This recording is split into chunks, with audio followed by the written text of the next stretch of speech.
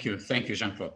So with our thanks to Dr. Jean-Claude Basset, we move to Egypt to Dr. Tharwat Wahba. And Dr.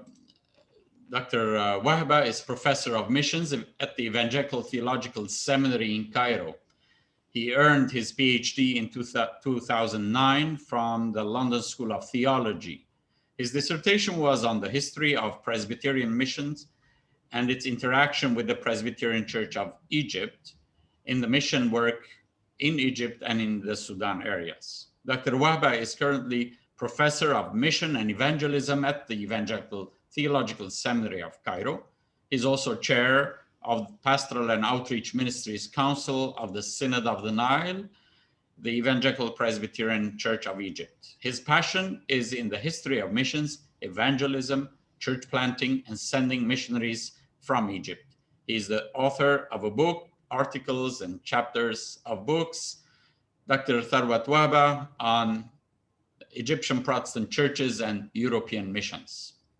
Tfaddal. Thank you very much, Paul, and it's a privilege for me to be with you all this evening to share with you my short paper about the Egyptian Protestant churches and European mission. Actually, I will start talking about the European mission. This will be my focus with their relationship with the Egyptian Protestant churches. Of course, the European mission work in the Egyptian field has a very long history. The European missionaries were the first to came to Egypt after Reformation, starting from the 17th century when a Lutheran missionary came to Egypt. The Moravians also, and this is very important history, came in the mid of the 19th century and stayed in the Egyptian field for about 30 years. Then we have the Church Mission Society, CMS of the Church of England, who came to Egypt from 1823 until 1862, and then they stopped and they came back in 1882. My focus on this presentation will be on two mission agencies that came to Egypt, mainly in the late 19th and through the 20th century. These two missions didn't aim to establish churches for their own, to be denominations in Egypt, but actually they worked with the Egyptian churches. And the main goal was to evangelize and convert Muslims and to serve the Egyptian society mainly in education and in healthcare. These two missions I'm going to talk about are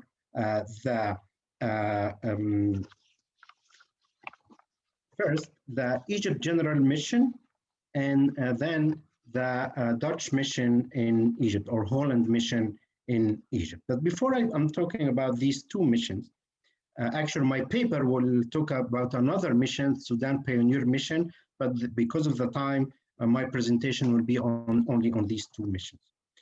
To have a look for the political context in Egypt in the 20th century that affected very much the mission work and Christian churches in Egypt at that time.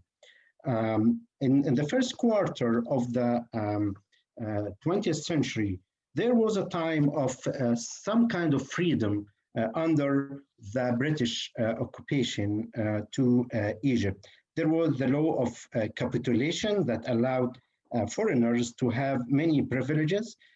Several mission organizations were established and flourished at the end of the 19th and early 20th century. Most of them, they came from people who didn't want to establish churches. I'm going to talk about that. But there are other mission organizations who came aligned with denominations, and they started Protestant denominations in Egypt in the early years of the 20th century. So this was a golden time. But then in the second period or second quarter from 1928 until 1956, this is a time when we find a rise of nationalism, of independence, and also many campaigns against mission work merged in Egypt, led by the Muslim Brotherhood, which was established at 1928, and restrictions in schools and teaching Islam in mission schools. All of these political and sociological developments affected the mission work in Egypt. The third part is the time from 1956 to 1970. This was the time of Nasser regime, and it was very harsh for mission agencies, especially from Europe, mainly from Britain, but other mission agencies. And the peak of this time was after the Suez War in 1956. At that time, many European, or the majority of the European mission agencies had to leave the Egyptian field and hand over its work into the Egyptian locals or nationals. From 1970 to 2000, we have a very hard time, and this is the time of Sadat and Mubarak, a hard time of freedom, and Christian faced waves of persecution and discrimination. And in this time also many new parachurch organizations came independently to the Egyptian field, and they tried to work independently, and some worked in cooperation with the local churches in Egypt. So this is in general the atmospheres, the political context in Egypt in the 20th century, which affected a lot the work of the European missions in Egypt. At that time, now I'm going to talk about Egypt General Mission. Egypt General Mission came to Egypt in January 1898, when a group of 7 young men from Belfast and from England came to Egypt. In the beginning, they had the name, they called themselves Egypt Band, Egypt Mission Band, and in 1903, they changed the name to Egypt General. It's an interdenominational faith mission. They didn't aim, as I mentioned, to build churches or to establish churches, but their main focus was on Muslim evangelism through education, medical ministry, and care for converts from Islam. They focused their work in Delta area. This is the area which had least in the number of Christians, the majority of Muslims, and not many organizations or mission organization worked there. They established schools and hospitals, and they had a big hospital in one of the cities called Shibin al-Qanatir that has 100 beds, and they had a small school. And they expanded their work in Delta area until they reached Suez and Ismailia. And through their history, they built 7 schools in the Delta region. And they aimed to evangelize to children and parents from poor and modest backgrounds.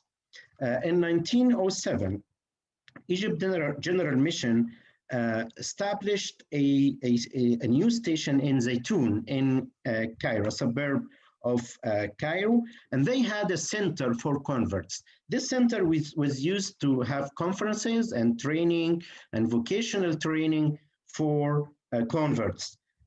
They tried to help converts from Islam through this center. Also, they established a small church in 1923, and they asked the Presbyterian Church of Egypt to hand over or to supervise this church. And they had a pastor called Marcus Abdel Masih.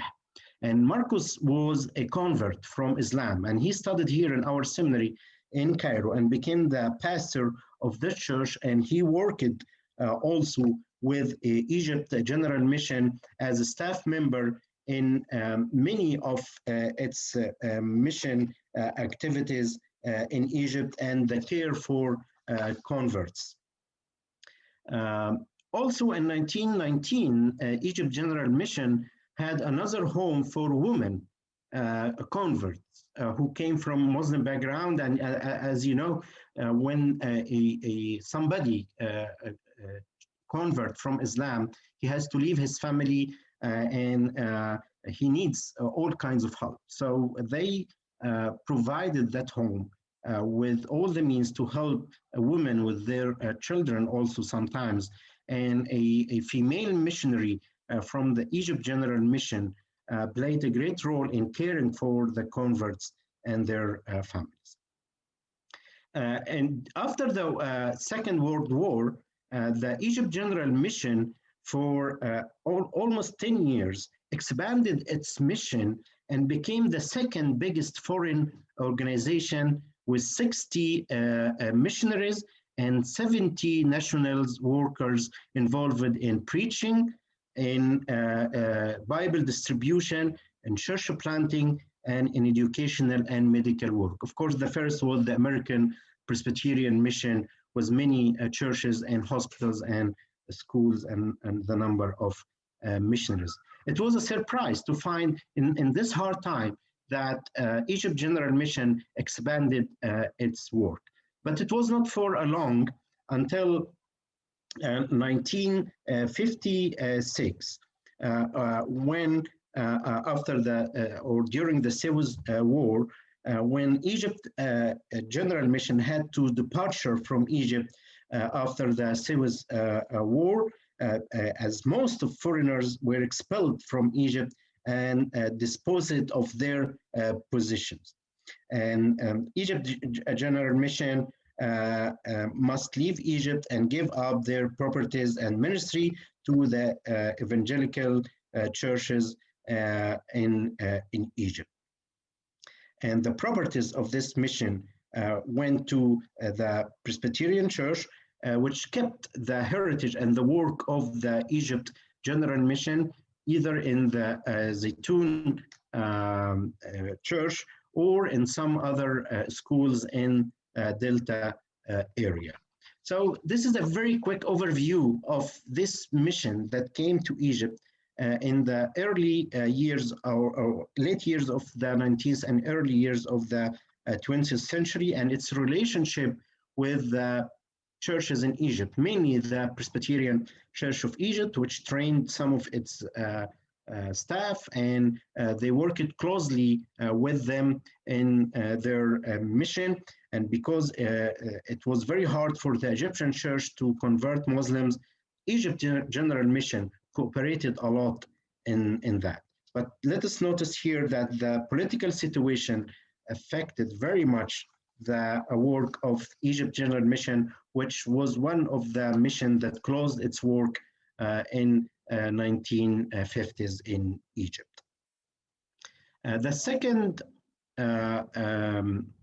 mission, European mission that I want to talk about is the Holland mission in Egypt, or the Dutch Ermelo mission.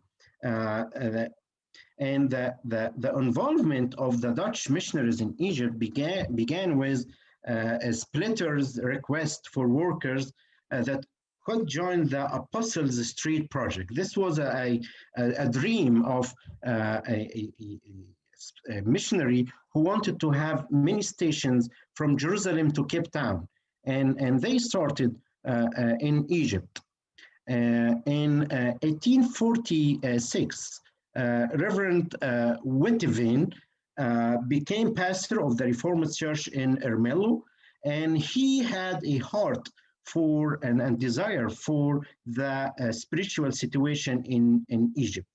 Spitteler's call provided an opportunity for realizing this vision. In 1865, Witteveen invited two brothers called Adrianus Moik and Jacob Moik to be missionaries in Egypt. And they came, but one of them died in the field. But in 1870, Nyland, a farmer, also applied for the work in Egypt. And they both worked in the village of Qalyub. Qalyub is a small village, now it's a town in the northern of Cairo, in the edge of Delta.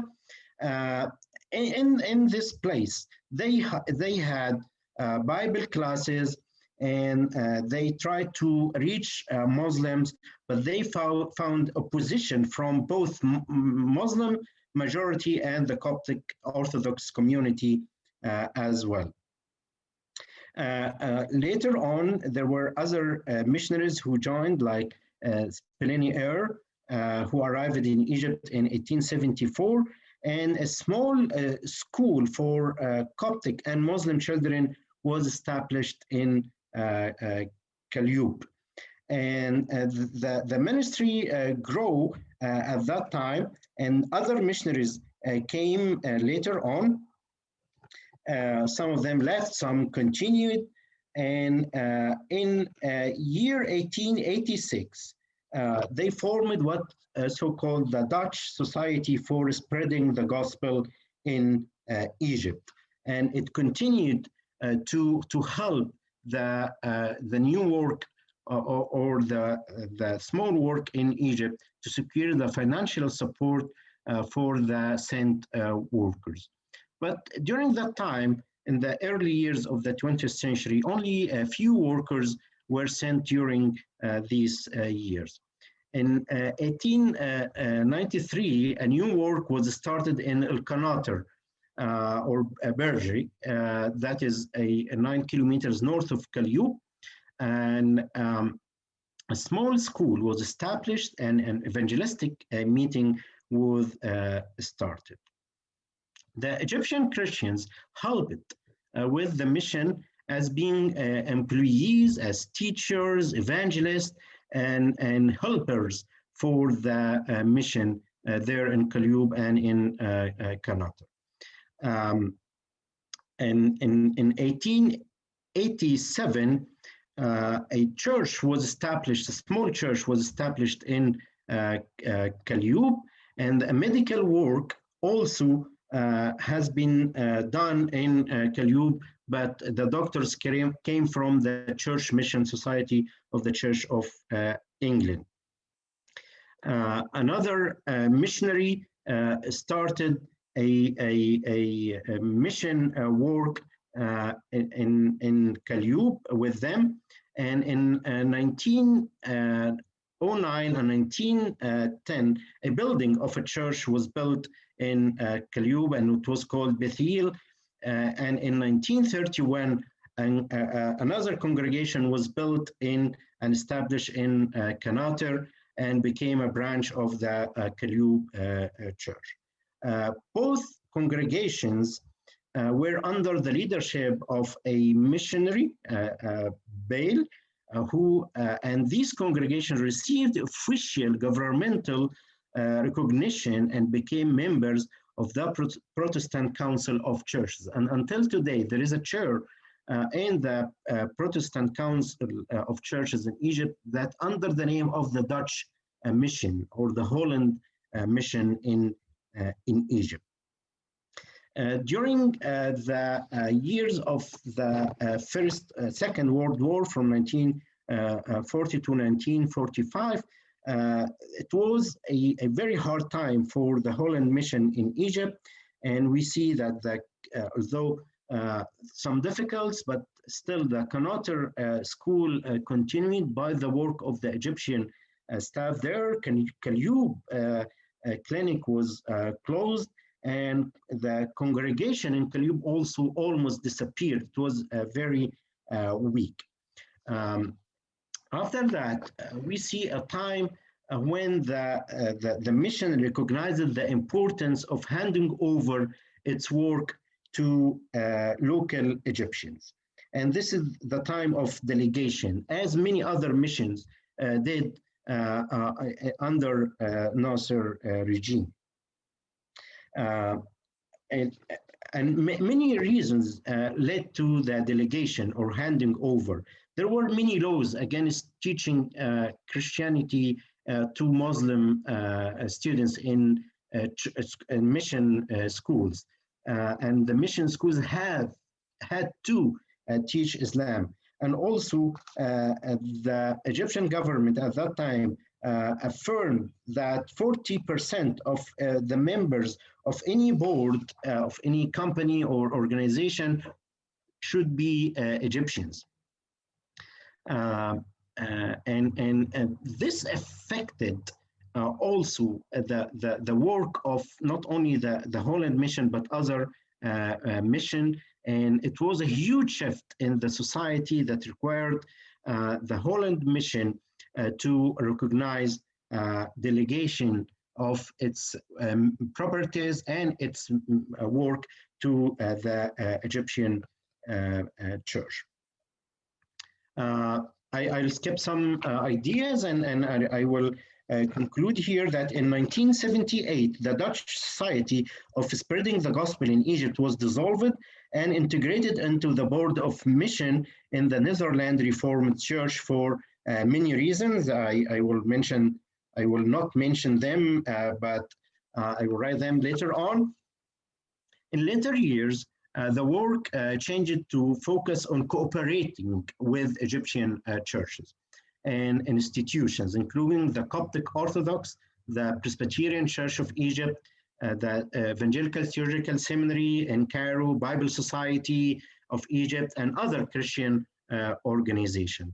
And the ministry aimed to help partners in their ministry by sending some missionaries, but supporting their programs and their ministry. And until today, there are a deep connection between the Presbyterian Church of Egypt and the Reformed Church through its mission arms all the time. And now we have a good relationship with Khizel Bey, which is the mission arm of that.